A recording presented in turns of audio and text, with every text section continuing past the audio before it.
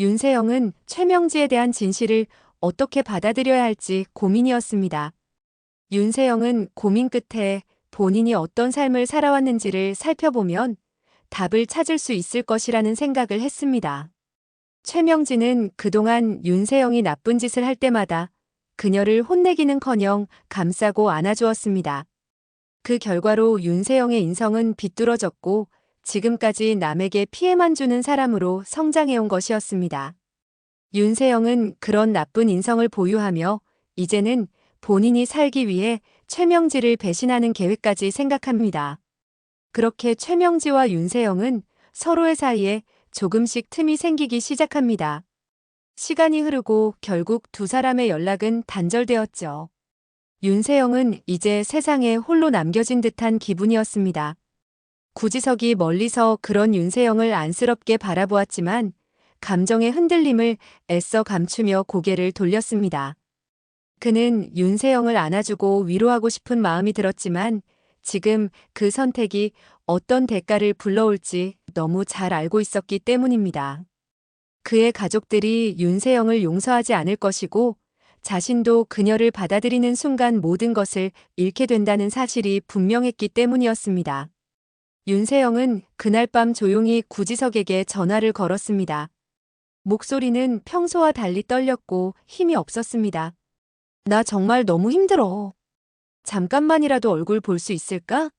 하지만 구지석은 망설임 없이 단호하게 말했습니다. 미안하지만 지금은 아닌 것 같아. 짧은 통화가 끝난 뒤 윤세영은 분노와 외로움이 뒤섞인 감정에 휩싸인 채 무작정 구하나의 집 앞으로 향했습니다. 아무런 약속도 없이 무슨 말을 해야 할지도 모른 채 그저 마음을 이끌고 그곳으로 간 것이었습니다. 저녁이 깊어갈 무렵 구하나의 집 창문 너머에서는 따뜻한 웃음소리가 새어나오고 있었습니다. 실내 조명 아래서 환히 웃고 있는 구하나와 그녀의 동생들 그리고 신여진, 은총이가 함께 식사하는 장면은 너무도 평화롭고 다정해 보였습니다. 윤세영은 문득 멈춰서서 창밖을 뚫어지게 바라보았습니다. 분명 신여진은 구하나의 가족들에게 원수나 다름없는 존재였을 터인데 왜 그들은 저토록 사이좋게 웃고 있는 걸까? 그 장면은 윤세영에게 큰 충격과 의문을 가져왔습니다. 자신은 아무에게도 받아들여지지 않는 존재인데 구하나는 모든 것을 가진 듯해 보였습니다. 참지 못한 윤세영은 휴대전화를 꺼내 구하나에게 전화를 걸었습니다. 여보세요? 구하나의 차가운 목소리가 들려왔습니다. 윤세영? 무슨 일이야? 윤세영은 조용히 말했습니다. 지금 너네 집 앞이야. 잠깐 나와줄래? 할 말이 있어. 이윽고 현관문이 열리고 구하나가 나왔습니다. 밤 공기 속에서 윤세영은 잠시 말을 잇지 못한 채 서 있었습니다. 구하나가 먼저 입을 열었습니다. 무슨 할 얘긴데? 나 바빠. 윤세영은 잠시 머뭇거리다가 결국 말했습니다. 나는 지금 이렇게 무너졌는데 너는 왜 이렇게 행복하게 웃고 살 수 있는 거야? 그 말에 구하나는 어이없다는 듯한 표정으로 대답했습니다. 내가 무너진 게 내 탓이라고 생각해? 윤세영은 눈을 부릅뜨며 반문했습니다. 아니야. 난 너 때문에 이 지경이야. 구하나는 차가운 눈빛으로 그녀를 바라보며 말했습니다. 너는 단 한 번이라도 스스로를 돌아본 적이 있니? 내가 무슨 짓을 저질렀는지 기억도 못하니? 윤세영이 고개를 젓자 구하나는 더 단호한 목소리로 말을 이었습니다. 그날 너는 유진이를 배에 태우고 혼자 도망쳤어. 기억 안 나? 윤세영은 그 말을 듣는 순간 숨이 멎는 듯한 충격을 받았습니다. 오랫동안 억누르며 외면했던 그날의 기억이 돌처럼 마음을 짓눌렀습니다. 흔들리는 눈동자 속에서 불안감이 번졌고 그녀는 그만해 라고 소리치며 뒷걸음질 쳤습니다. 그리고는 어두운 골목 속으로 뛰쳐나갔습니다. 그날 밤 윤세영은 잠들 수 없었습니다. 불 꺼진 방 안에서 그녀는 연신 눈을 깜빡이며 천장을 바라보았고 유진이의 얼굴이 떠올라 눈시울이 붉어졌습니다. 다음 날 그녀는 다시 구하나를 찾아가 물었습니다. 왜 큰엄마가 너희 가족들이랑 웃고 지낼 수 있는 거야? 큰엄마가 너희 부모님의 원수잖아. 그러자 구하나는 의미심장한 미소를 지으며 말했습니다. 과연 우리 부모님이 회장님 때문에 돌아가신 걸까? 아니면 다른 범인이 있는 건 아닐까? 그 한마디에 윤세영은 숨이 턱 막히는 충격을 받았고 몸이 굳은 채로 서 있었습니다. 그녀는 무언가 직감했습니다. 그리고 결론에 다다랐습니다. 설마 그 사고도 엄마가? 그날 밤 윤세영은 손에 휴대전화를 꼭 쥔 채 한참 동안 망설였습니다. 그녀는 천천히 번호를 눌렀습니다. 익숙하면서도 지금은 낯설게 느껴지는 번호였습니다. 신호음이 몇 번 울리는 사이 그녀는 마음속에서 수없이 맴돌던 질문을 되뇌었습니다. 제발 아니라고 말해줘 아니라고. 여보세요. 최명지의 목소리는 날이 서 있었습니다.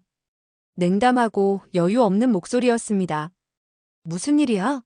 너는 꼭 내가 필요할 때만 전화를 하는구나. 지금 바쁘니까 짧게 말해. 윤세영은 잠시 말을 잇지 못하고 멈췄습니다. 그녀는 고개를 숙인 채 조용히 말했습니다. 엄마 나 하나 물어보고 싶어서. 뭐지? 최명지의 말투는 짜증 섞인 채 날카로웠고 그 안엔 여느 때와 다름없는 독한 기운이 서려 있었습니다. 윤세영은 조심스럽게 입을 열었습니다.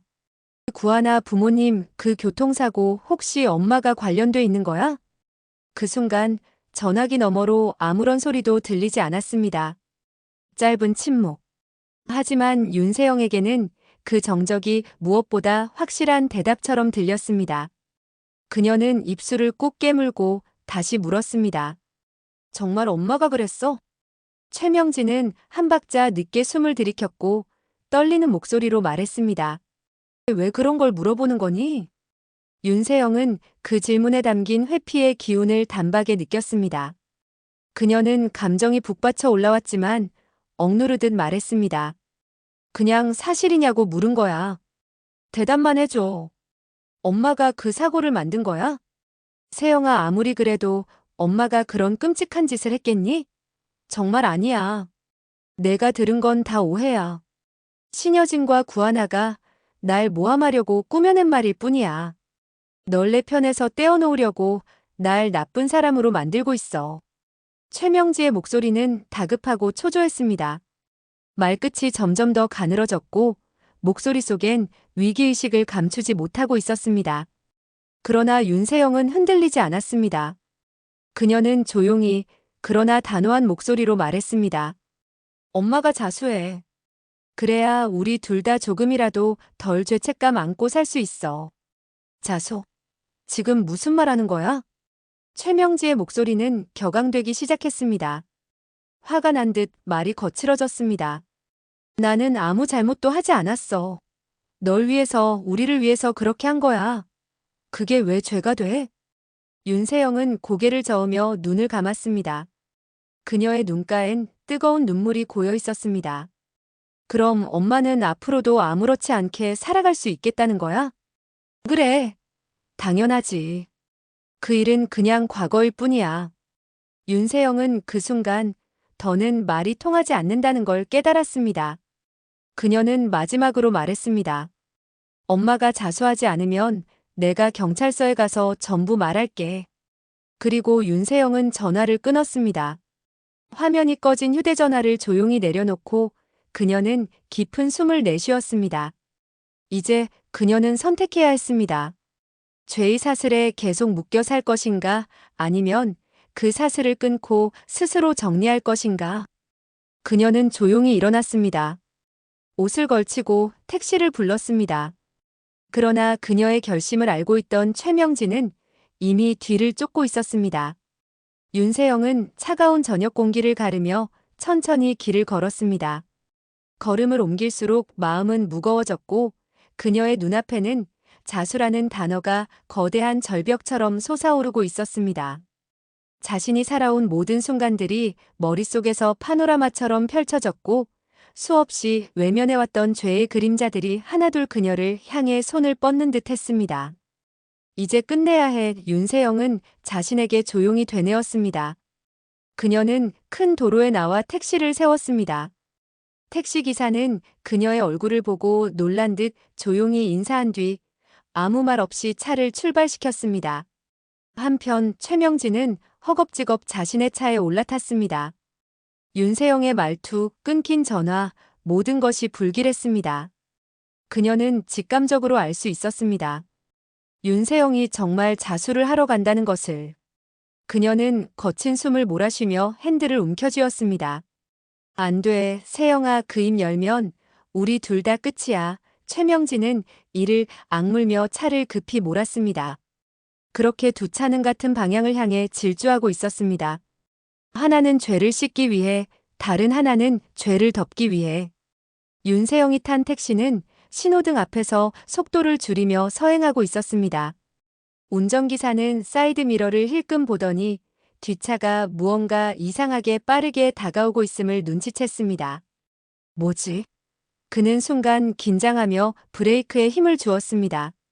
바로 그때였습니다. 쾅! 굉음과 함께 차가 크게 흔들렸고 택시는 그 자리에 멈춰 섰습니다. 뒷차였던 최명지의 차량은 속도를 줄이지 못한 채 그대로 윤세영의 택시를 들이받은 것이었습니다. 최명지는 큰 부상을 당한 채 이를 악물고 문을 열었습니다. 그녀는 비틀거리며 밖으로 나왔고 충격으로 정신을 잃어가는 윤세영을 보며 절망에 빠졌습니다. 세영아, 정신 차려. 그녀는 윤세영의 창문을 두드리며 울부짖었지만 이미 윤세영은 고개를 떨군 채 움직이지 않았습니다. 그 순간 근처에서 사람들이 몰려들었고 누군가는 급히 119에 전화를 걸었습니다. 사이렌 소리가 점점 가까워졌지만 이미 두 사람의 운명은 돌이킬 수 없는 방향으로 흘러가고 있었습니다. 그날 밤 병원 응급실에는 긴장감이 감돌았습니다.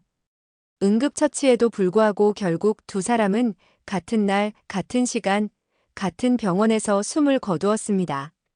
일생을 못된 짓만 해온 두 여자의 운명은 그렇게 비극으로 마무리되었습니다. 며칠 후 서울 근교의 한 장례식장.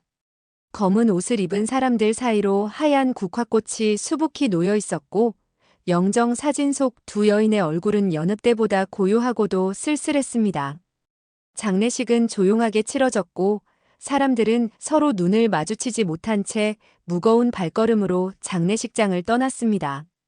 그 장례식장 한켠에서 구안하는 말 없이 그 모습을 지켜보고 있었습니다. 그녀는 천천히 손을 모은 뒤 조용히 속삭였습니다. 앞으로 더 정직하게 살아가야겠구나.